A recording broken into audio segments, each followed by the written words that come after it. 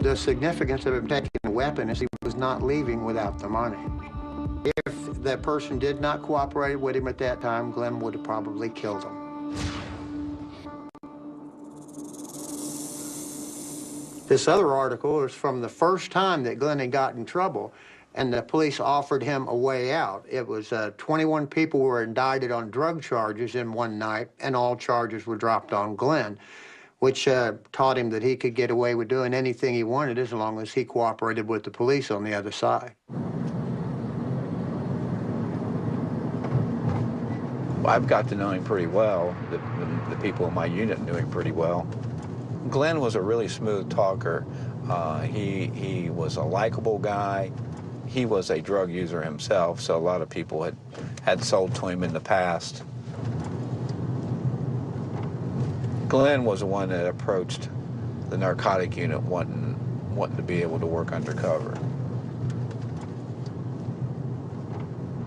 Glen worked with a lot of different agencies, and I think a lot of law enforcement agencies may have provided some little training there that helped him kind of get out of some of the problems that he was in that maybe had he not seen all that, he would have not known how to do it. Glen was using the police as much as they were using him. No matter what you're doing out there in the street, no matter what kind of dirt you're doing, if every time the law picks you up, they let you go in order to work for them, you start to thinking you can get away with anything, even murder.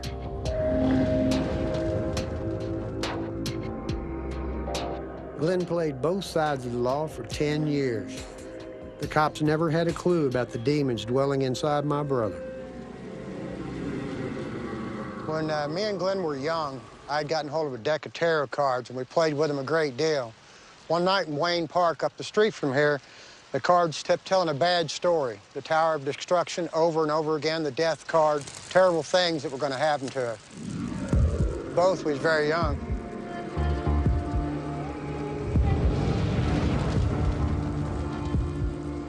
We'd grown up superstitious kids. We'd never gone to church, but the old-time religion we'd come from found us anyway. One time, Glen and I got taken to the ceremony of the Sin Eaters, where we saw a man eat food off a dead body to rid the deceased of their sins.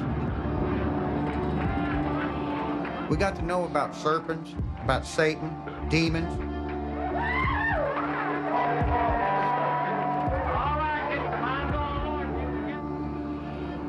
But Glen and I didn't grow up praying, we grew up robbing.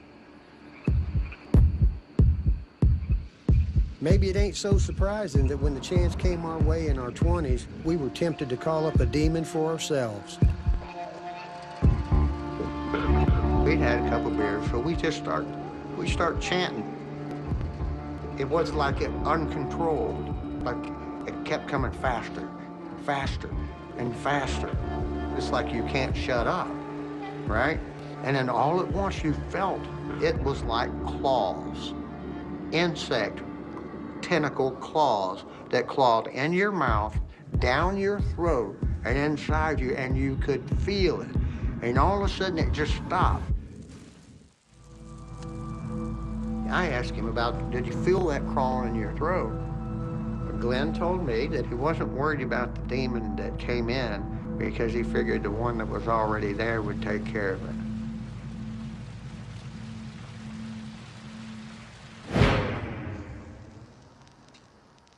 Calling up that demon gave me my first clue that Glen really did believe something evil lived inside him. We both did. Looking back, it was a sign that Glen had bad mental problems and no one was giving him help.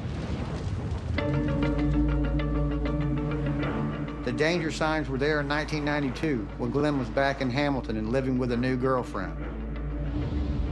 I had just done 6 months in jail. Glen had picked me up from the Greyhound bus station in Cincinnati after I'd gotten out. He drove me to a trailer where he was staying with a cockatiel girl that had all these birds. And he talked terrible about this woman. She's actually sleeping in the bedroom in the front. And I'm in the living room looking at the birds, drinking a few beers, and Glen's talking, she's so disgusted, I can't stand this. I said, well, let's just go. So then Glen says, no, And he walks into the kitchen, and when he came back out, he had a knife the size of this in his hand. He looked right at me, and he told me, "I'm going to stick her." I'd just done 6 months in jail. Okay, I had no intentions of going back for any reason.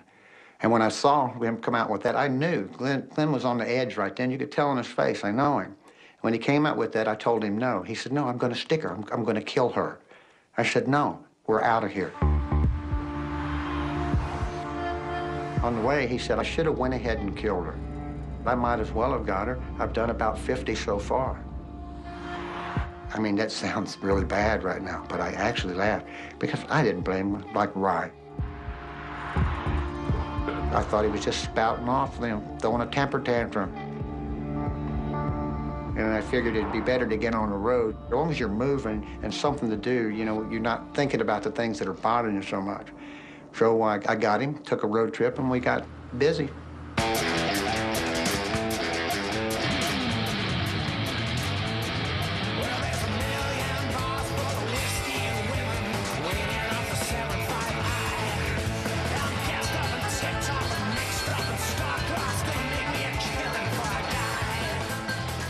Glen and I, we're hustlers and con men on these road trips, and we did many different things. Hustling the bars at night.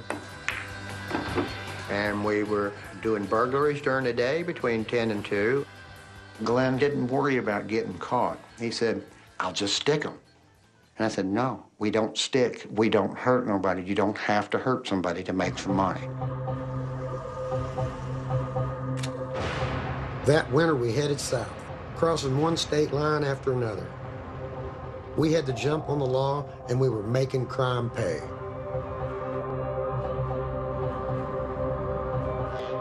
All that trip, I'd heard Glen mouth off about killing. Then I saw blood. I was at a motel in Valdosta, Georgia. Me and my brother Glen was staying there. He had left the night before after I'd gotten drunk and passed out. He come in and woke me up about 6:30 in the morning, maybe even earlier. It was still dark. He was covered in blood, clothes all torn up. Things were all over the motel room, stolen tools, jewelry, everything. I told him to get in the bathroom, get them clothes off, and get cleaned up, that we had to get out of there. The less willing I was to cross the line in violence, the more he adamantly wanted to cross the line. It was like he knew I didn't want to do it, like I was afraid to do it. And he wanted to show me, look, I can do that. When Glen got back after that road trip, he was more violent and totally out of control. I split from Glen, got a day job, and tried to go straight.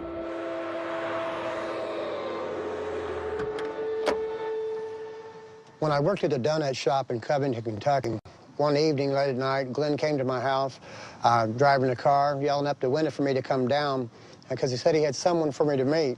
When I got down to the car, he opened the trunk, and there was a body of a dead woman in the trunk. Of course, he kind of freaked me out a lot. I told him to get that thing out of here. That's not the first time or the second time that he had done that. He's come to my house and told me that he's had a body in the trunk. I got one in a duffel bag. Help me get rid of this thing. It's too heavy. You don't pay no attention. You don't go with him. But after the first time that I'd seen one, I sure don't go with him. And then you're caught in a dilemma. Do I call the police? Do you call your mom? Who do you call?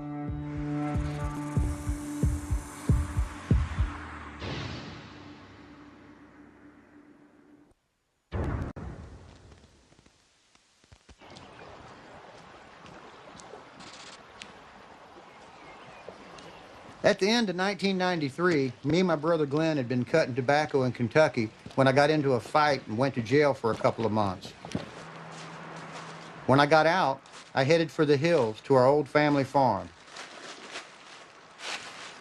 I went to the cabin up here to stay for a few days, and I noticed that all the furniture in the cabin had been thrown into the back room. And I walked to the back room over here, and I started pulling things out, you know, to get some cushions together, some place to sit, because I planned on staying a few days. Well, I reached down to grab this blue blanket and pull it out of the way, and as I did so, an arm came out of the side of it. Shocked me to death. I wasn't sure who it was or how it got there. All I know is I wasn't going to be the last person to leave this cabin with a dead person in the back room. And as I was leaving, on this wall written here was a message that said, "The shit is going to hit the fan. Get out of here." I knew it was Glen that had left the message because he had signed it with my dad's shot glass, and only he would have done that.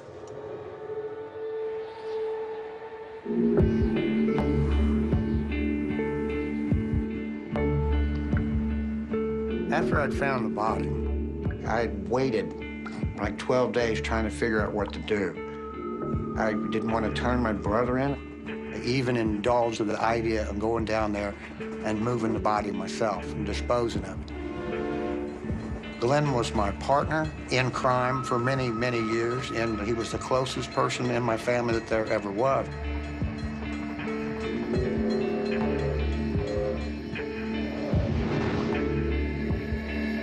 I was in turmoil. No matter what he'd done, he was still my brother.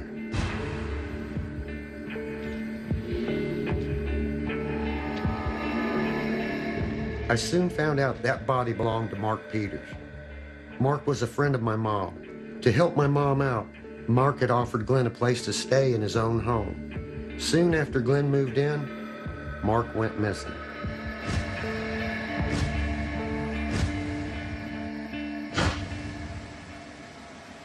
The detective looking for him was Glen's old contact at the Hamilton Police. At that time, what happened is it came across my desk a report where a Mr. Mark Peters, who lived in the Lindenwall area of our city, had disappeared. We did a lot of newspaper articles and stories about Mr. Peters. There was all types of public service announcements trying to have people come forward and talk to us about any information they had about Mark. Now, I had two choices. Turn my brother in or cross that line and join you. I think one of the reasons why I didn't become a serial killer and took a different path is because of the tattoos that I had put on my body.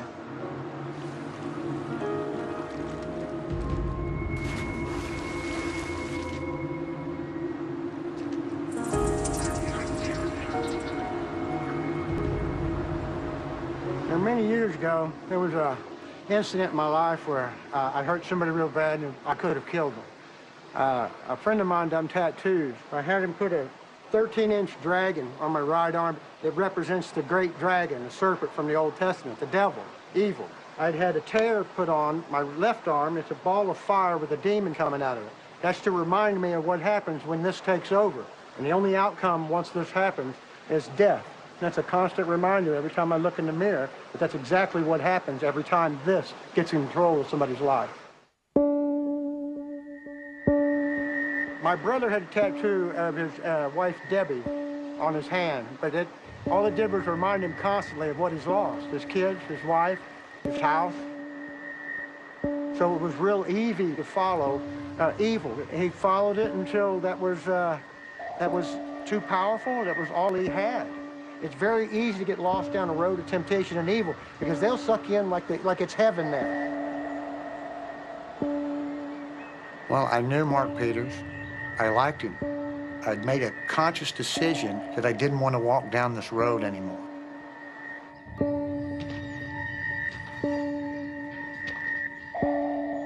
So I called Detective Kilgore, and he told me to come in and give him a statement.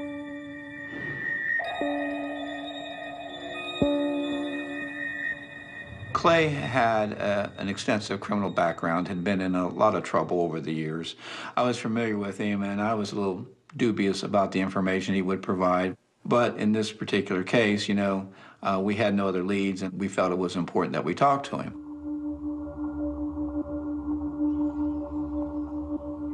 Well, when we walked up to the cabin, some of the officers there with us began a systematic search. When they started moving some of the debris in the house, and I remember them seeing a foot stick out of this blue blanket. And at that point in time, I thought, we have found Mr. Peters.